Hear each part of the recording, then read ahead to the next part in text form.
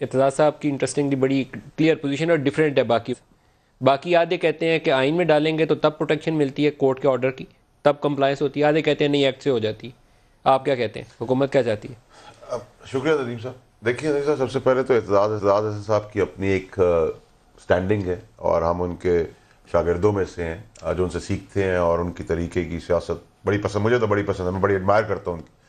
تو ان کی بات کو میں ویٹیج ضرور دوں گا، لیکن جو ہماری انڈرسٹینڈنگ ہے اس میں ایکٹ آف پارلیمنٹ لکھا ہوا ہے. Act of parliament as a lemon what I can understand is کہ سمپل میجورٹی وہ تو ہمارے پاس ہے. بٹ اعتزاز صاحب کو میں نے کہیں اور بھی سنا، وہ کہتے ہیں کہ نہیں اس کے لیے 2/3 میجورٹی چاہیے اور 288 ووٹ چاہیے، وہ کانسٹیٹیوشن امینڈمنٹ اور وی ڈونٹ نیڈ.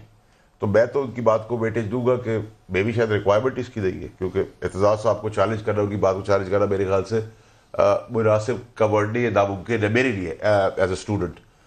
شائق عثمانی صاحب ہمارے ساتھ تھے، بیرسٹر ظفر اللہ تھے ہمارے ساتھ کچھ دن پہلے، تو وہ دونوں کہتے تھے کہ نہیں یہ کانسٹیٹیوشن امینڈمنٹ ڈلے گی اس پہ. دیکھیے ملک صاحب، میں تو ایکسپرٹ نہیں ہوں، لیکن اگر مجھے کمپیریزن کیا جائے تو کیونکہ اعتزاز صاحب سیاست میں بھی ہے اور ایک قابل وکیل بھی ہے، تو میں ان کی بات کو بہت زیادہ ویٹیج تو حکومت کی اپنی کنسیڈریشن کیا کرنا چاہتی ہے؟ سر ہمارے حساب سے تو ابھی تک to what we can understand what we know وہ سمپل میجورٹی ہے. Simple majority act of parliament ہے.